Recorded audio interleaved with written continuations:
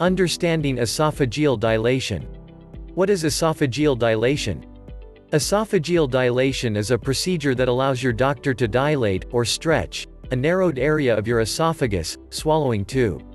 Doctors can use various techniques for this procedure. Your doctor might perform the procedure as part of a sedated endoscopy. Alternatively, your doctor might apply a local anesthetic spray to the back of your throat and then pass a weighted dilator through your mouth and into your esophagus. Why is esophageal dilation done? The most common cause of narrowing of the esophagus, or stricture, is scarring of the esophagus from reflux of stomach acid occurring in patients with heartburn. Patients with a narrowed portion of the esophagus often have trouble swallowing. Food feels like it is stuck in the chest region, causing discomfort or pain.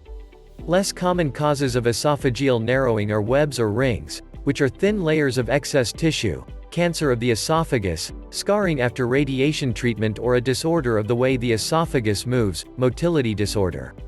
How should I prepare for the procedure?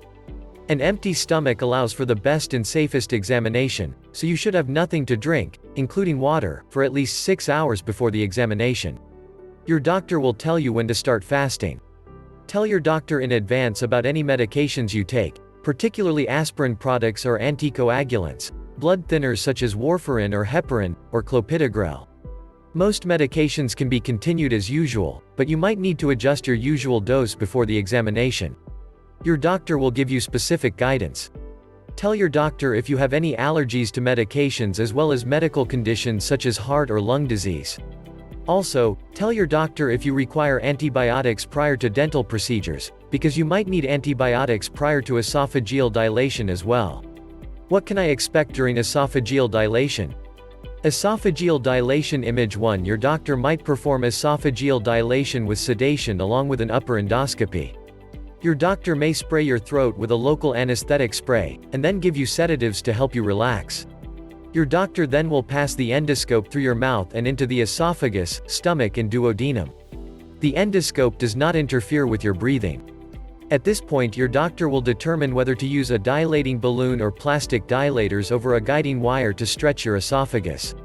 You might experience mild pressure in the back of your throat or in your chest during the procedure.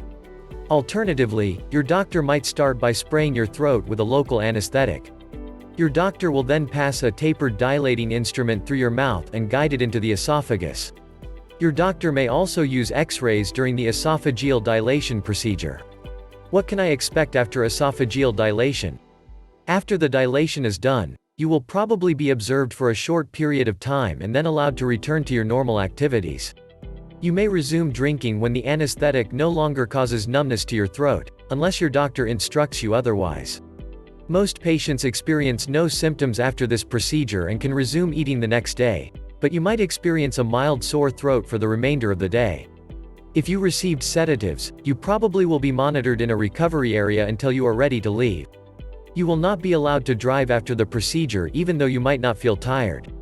You should arrange for someone to accompany you home, because the sedatives might affect your judgment and reflexes for the rest of the day. What are the potential complications of esophageal dilation? Although complications can occur even when the procedure is performed correctly, they are rare when performed by doctors who are specially trained. A perforation, or hole, of the esophagus lining occurs in a small percentage of cases and may require surgery. A tear of the esophagus lining may occur and bleeding may result.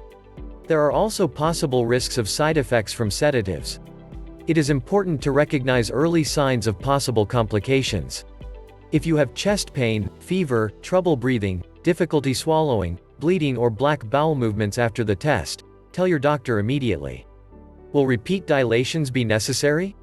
Depending on the degree and cause of narrowing of your esophagus, it is common to require repeat dilations.